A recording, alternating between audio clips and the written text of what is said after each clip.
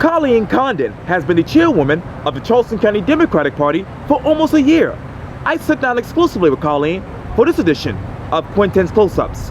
And if you haven't already, subscribe to my YouTube channel and download my free Quintin's Close-Ups app in your Apple or Google Play stores. Colleen Condon, welcome back to Quintin's Close-Ups. Thanks, Quintin. Glad to be back. I appreciate it greatly, and thank you again for the award that you presented to me on behalf of the Charleston County Democratic Party in October. We appreciate how you do journalism in Charleston. It's a unique touch that's really helpful. I'm so glad you're part of our community. Thank you greatly. I'm here to stay, I guess. Great. So we'll see how long God wants me here. But the last time I interviewed you for Quintin's Close-Ups, we talked about obviously your 1 month in office at the time as Charleston County Democratic Party. You're coming up on 1 year as far as your anniversary. What is the biggest difference between when you first started to right now? I just feel so lucky that we have a terrific team all working together. Okay. We've signed a contract for an office. We now have a full-time year-round campaign office, which we haven't had in decades at least. We have a strong leadership team. Of course, we're now just weeks from the presidential primaries. Right. We've had lots of visits from presidential candidates and lots of exciting visits in the next 5 weeks from presidential candidates and congressional members and others who are all kind of here for the fun of the first in the South primary. So I think the excitement just built. The momentum has just built significantly since I started. You talk about that excitement. How much resources do you have for this excitement? Oh, I mean, we are so fortunate to have, we work in a leadership team where we've got people who are handling just precinct reorganization and others working with volunteers. Right. We have people working geographically in every area of Charleston.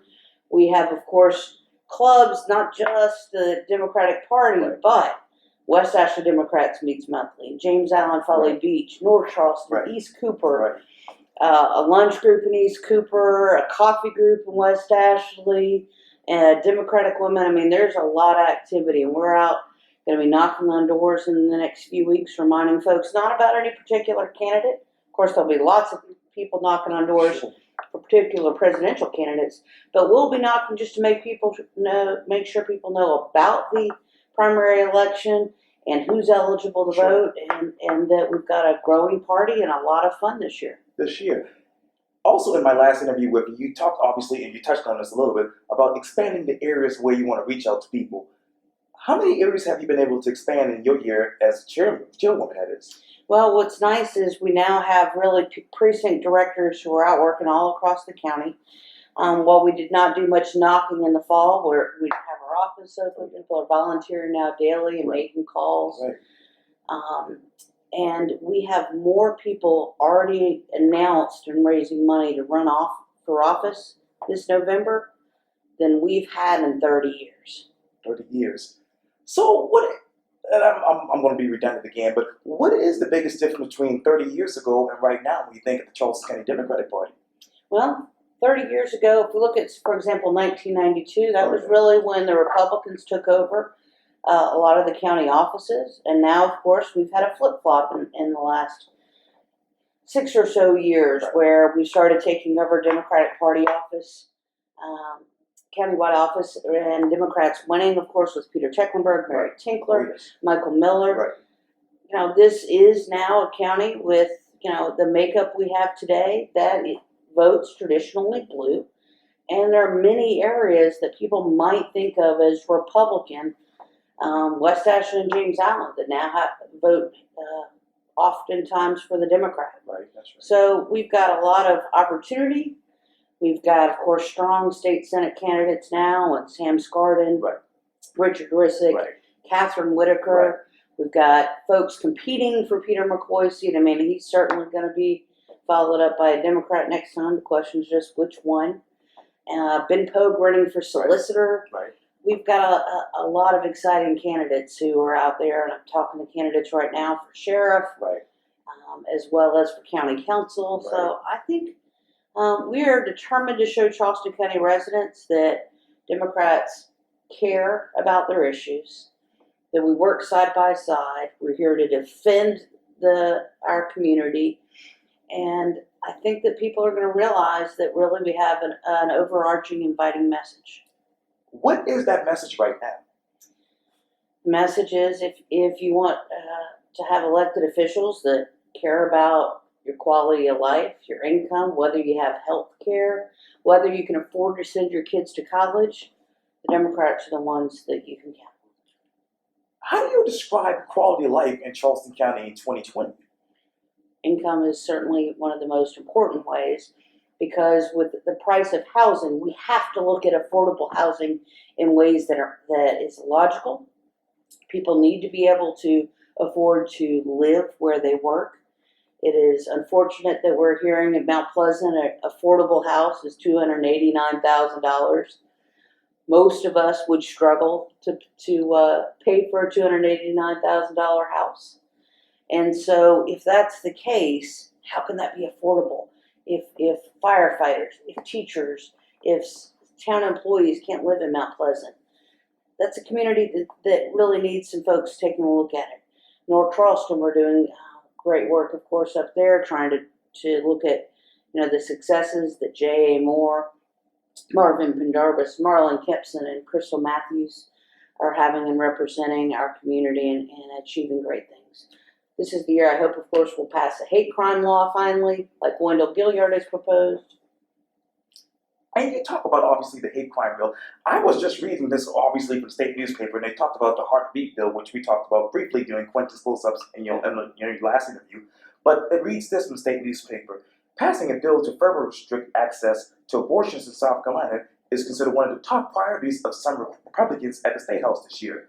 Over the summer, Republicans in the Senate worked to fast-track the so-called fetal heartbeat bill, so it'll be ready to hit the floor in the chamber as soon as legislators return to Columbia. The bill passed by the House in April, that is, it would actually outlaw most abortions once a fetal heartbeat can be detected, roughly the 6th week of pregnancy, before some women know they are pregnant. However, the legislature included exceptions for victims of rape and incest. When you think of those exceptions, what goes to your mind, Colleen? When I think of those exceptions, I think it's not enough because I'm a rape survivor. Well, I didn't report it to the police when it happened back in college 30-something years ago. So if someone were raped today, but they didn't report it to the police immediately, they wouldn't qualify under those exceptions. Should somebody who's been traumatized by rape have to then go report it to the police the next day in order to have a right to have an abortion if the time happens? And it's so frustrating that this is a red meat issue that some people think is looking out for the common good. Why isn't there a bill that goes along with it that provides more public benefits for the mothers who choose to give birth? Women struggle to keep food stamps more than a few months after a child is born. Yes, they can get health care for their child, but they can't get health care for themselves. Child care is completely unaffordable for someone who makes minimum wage here in Charleston, in South Carolina. Let's look out for actually the people who are here as opposed to creating challenges to getting appropriate health care. What are those public benefits that they should be getting right now in your mind? Well, certainly if someone's pregnant, we ought to be looking at making it easy for them to get public housing, easy for them to get quality health care, easy for them to get good food for themselves when pregnant and for their children once born, and good child care and education options. Because if you can't afford to find someone safe to watch your child, you can't afford to go to work.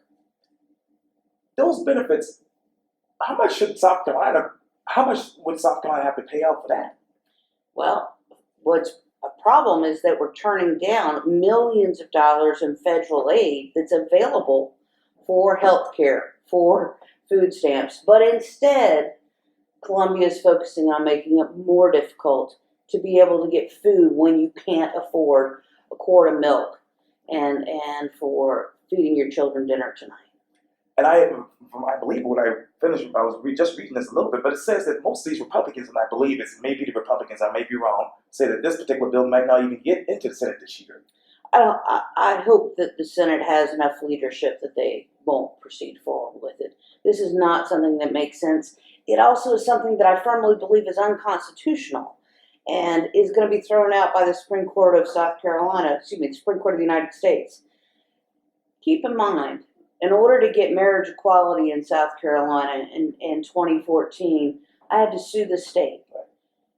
It not only was it heartache and problems from the state of South Carolina, but Alan Wilson specifically created a defense to a lawsuit that he knew he would lose, which therefore then meant that the Supreme Court of the United States told him that the issue would not move forward. It got merged into the Obergefell case, and attorney's fees had to be paid to our attorneys. When you create a situation like this, even if this bill can pass, it is unconstitutional.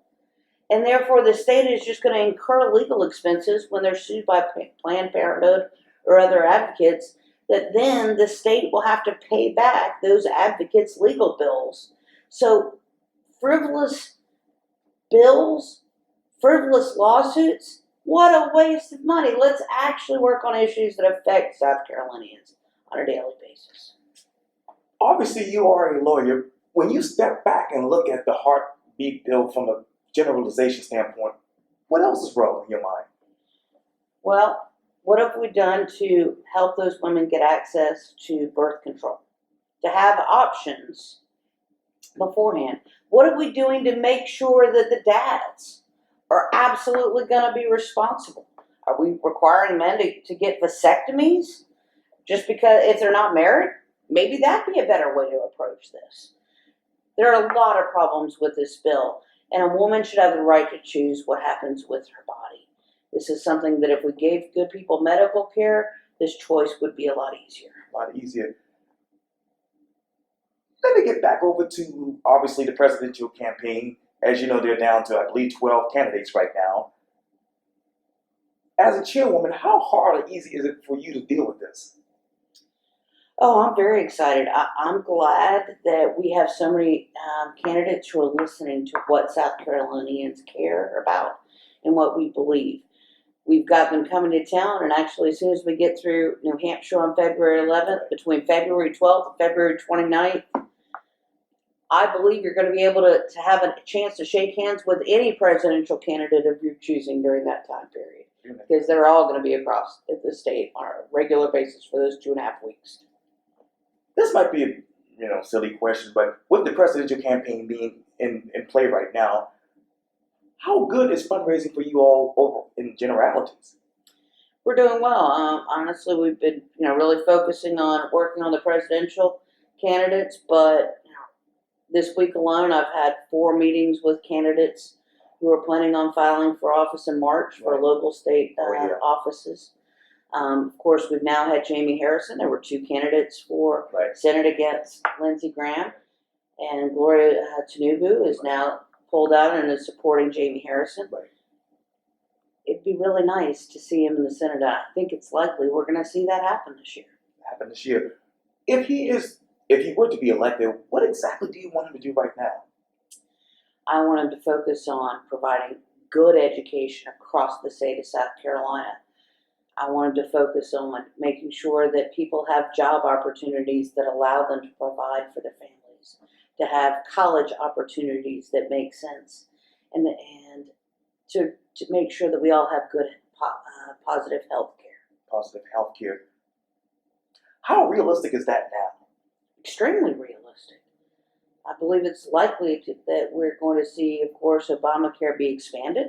Under the Democrats' proposal, we're looking at something from an expanded Obamacare to Medicare for all. It is a priority for all of the presidential candidates on the Democratic side to expand our health care options. It is crazy when people don't get a mammogram because they can't afford it. But they're expensive under current health care, especially if someone doesn't have insurance. So we really need to be able to move towards everybody having basic health care coverage. What's better, Medicaid for all or the Obamacare extension in your mind? I can see benefits to both. I think there are a lot of people who like the health insurance they have. And some of the proposals we're seeing for example from Joe Biden and Pete Buttigieg include taking Obamacare, expanding it, making it so Medicare is available for all who want it versus making it the universal health care insurance, as proposed by other candidates, including Bernie Sanders and Elizabeth Warren. Right. I think that it is likely to be a middle ground between what might be seen as extremes.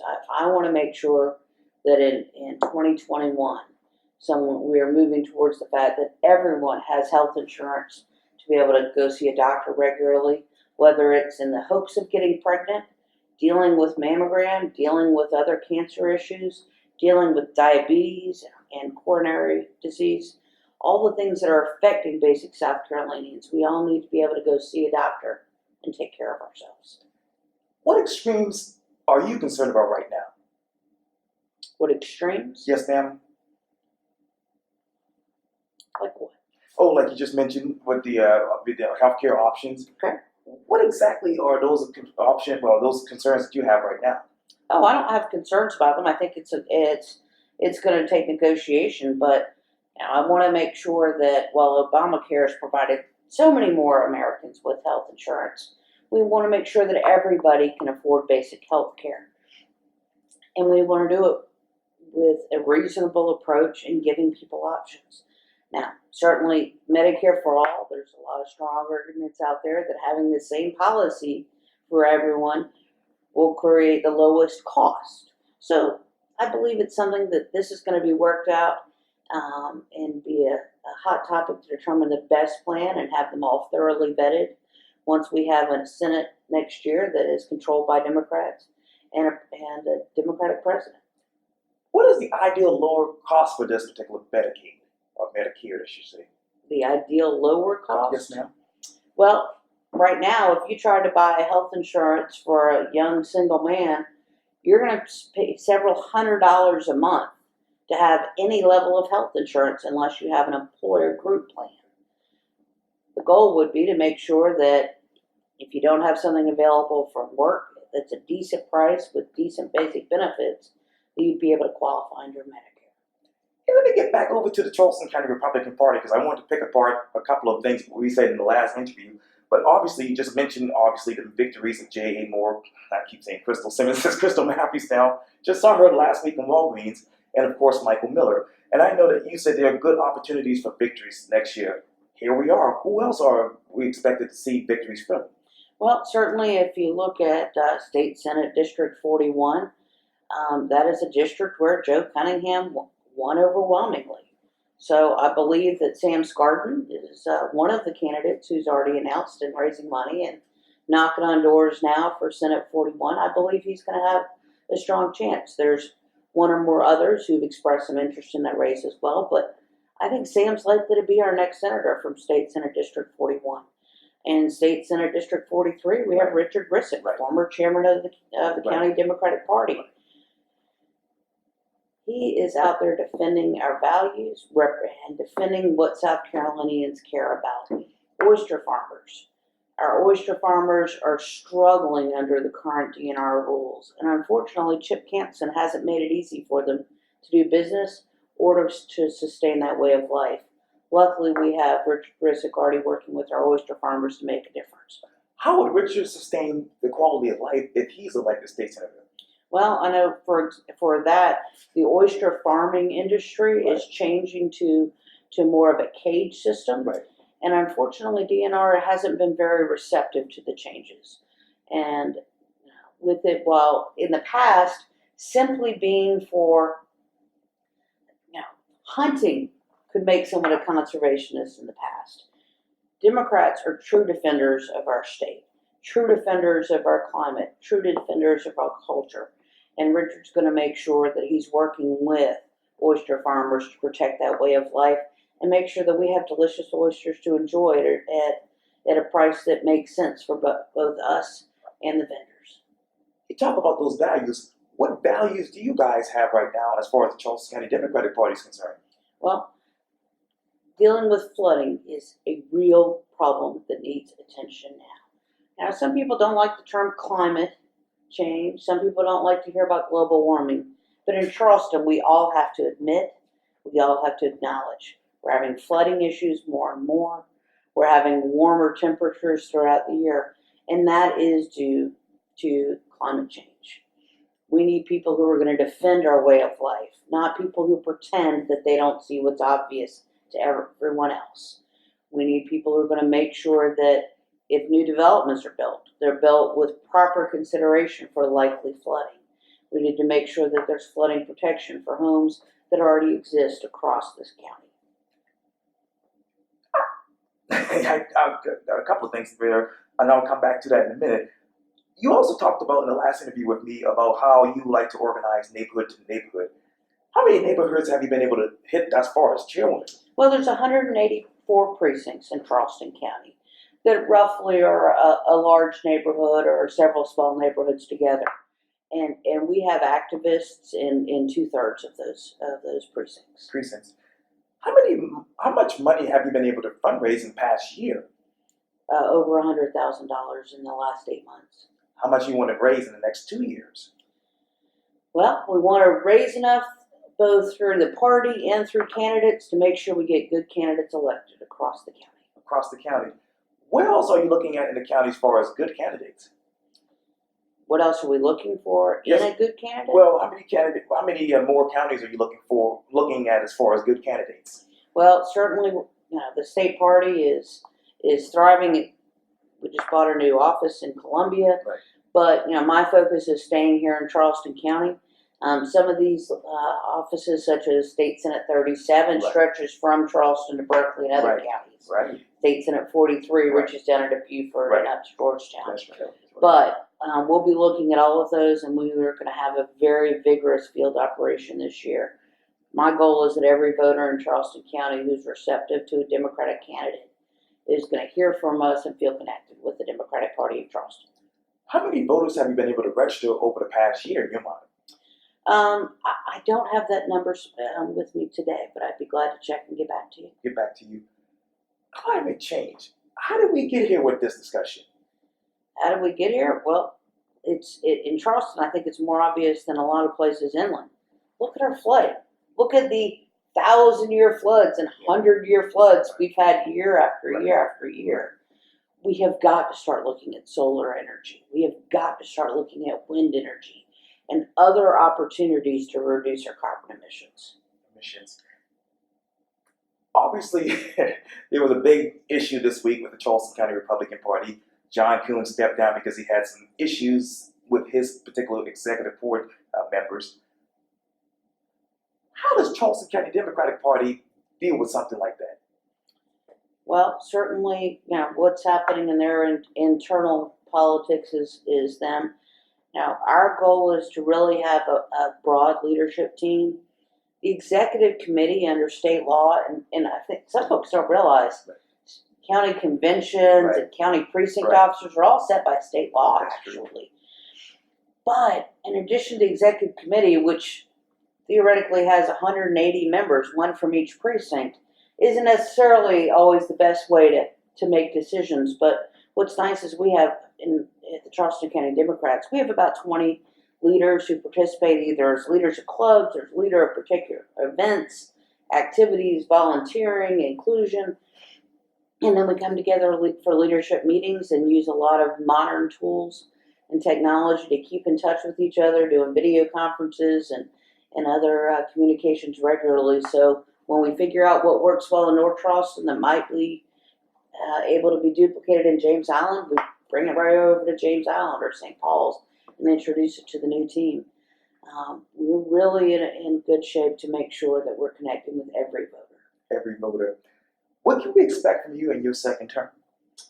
Well, the election is March 28th, and I will be offering myself, but we'll see what happens with that election. Certainly my goal this year is to make sure that we win 2 more state Senate seats at least. We're aiming for 3, potentially 4, if we have find the right candidate against Senator Campbell. We're going to be working on races across the county, and my goal is to make sure that the citizen in Charleston County understands how Democrats from county council and city water commissioner up to president of the United States will serve them better if they're a Democratic candidate. What letter grade would you give yourself as far as performance as chairwoman? Well, probably a B plus. Probably always can do better.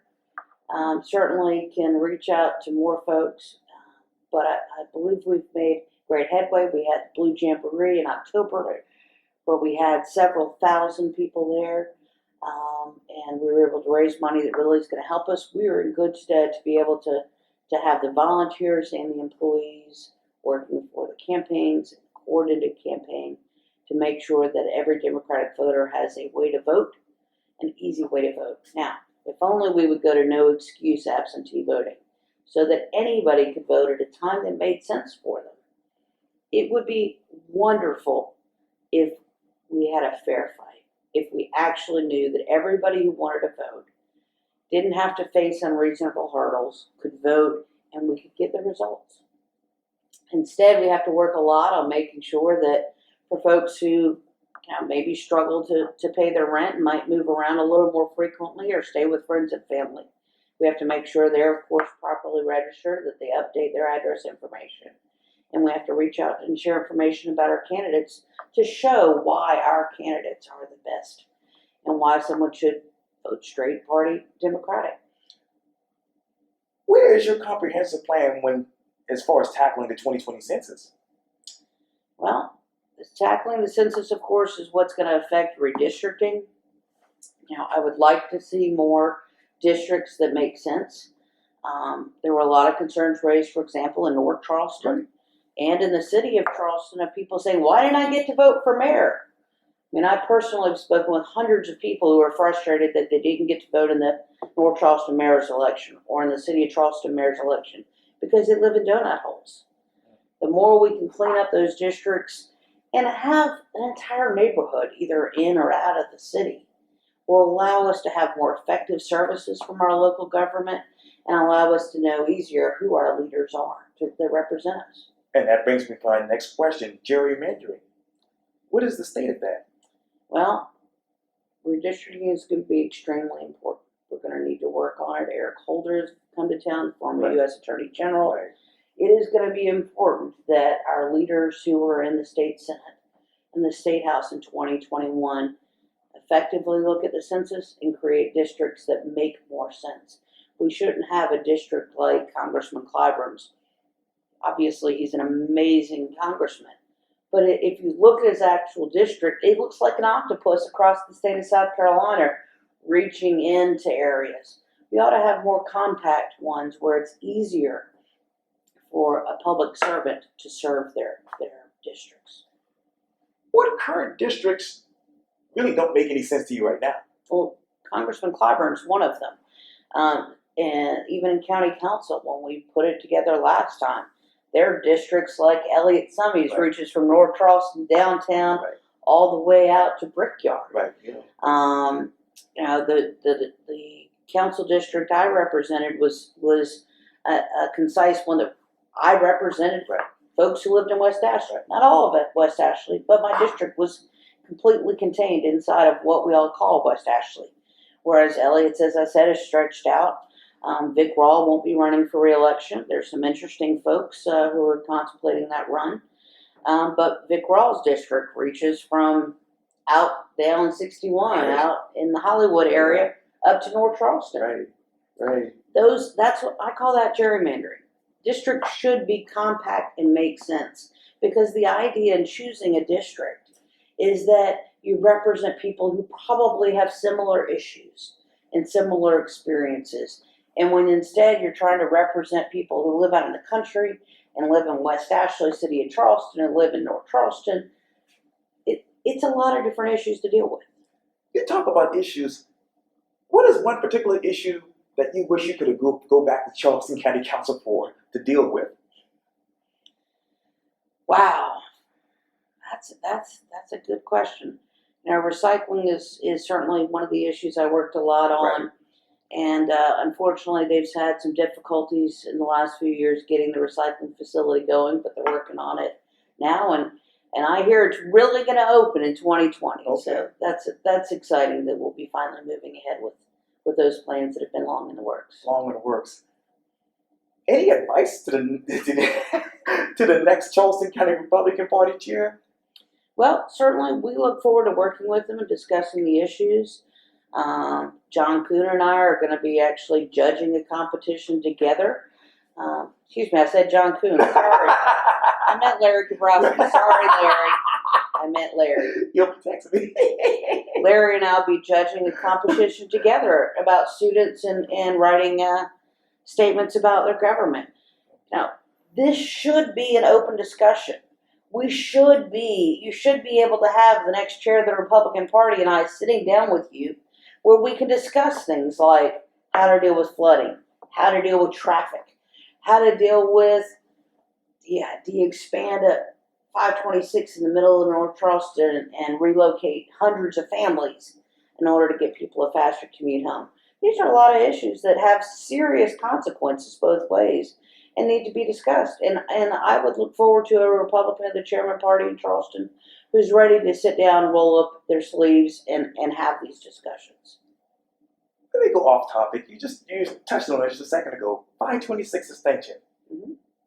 What consequences do you see of that right now? Well, widening 526? Expanding it, 526.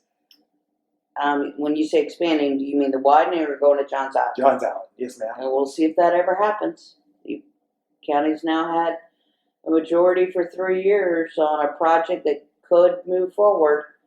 And I haven't seen any meetings about the new development. Have you? I can't answer that. And we'll see if that ever actually comes to pass. But I'm glad to hear the county council is committing to working on the pitchfork, to working on Main and 17 Right. roundabout, the intersection. They're looking at the flyover now instead of the roundabout. So we're seeing real proposals getting moved forward. And traffic is something that obviously affects each of us in our daily lives. And widening 526, how realistic is that now? Well, it's interesting. Most people that were for it until it was clear what it would actually affect. And now there are hundreds of homes that are in the way that would have to be addressed in order to move. And do we really want to lose some of those historically significant neighborhoods in North Charleston? It's a tougher issue than people realize. What should they be realizing now that they don't know? Well, now as they started having meetings and showing what the width will look like, now they realize how many homes are going to be affected. And it comes down to, can we just keep trying to build more roads and pour more asphalt to work our way out of traffic? Probably not. It was never really a solution, but it's certainly not with as dense as our population is here now in Charleston. Colleen Condon, thank you so much for your time. I want some more questions, but I think the battery's going to run out. Okay. But welcome back to Quintin's Close-Ups. Thanks, Quintin. I appreciate it. You're welcome. Anytime. Yeah.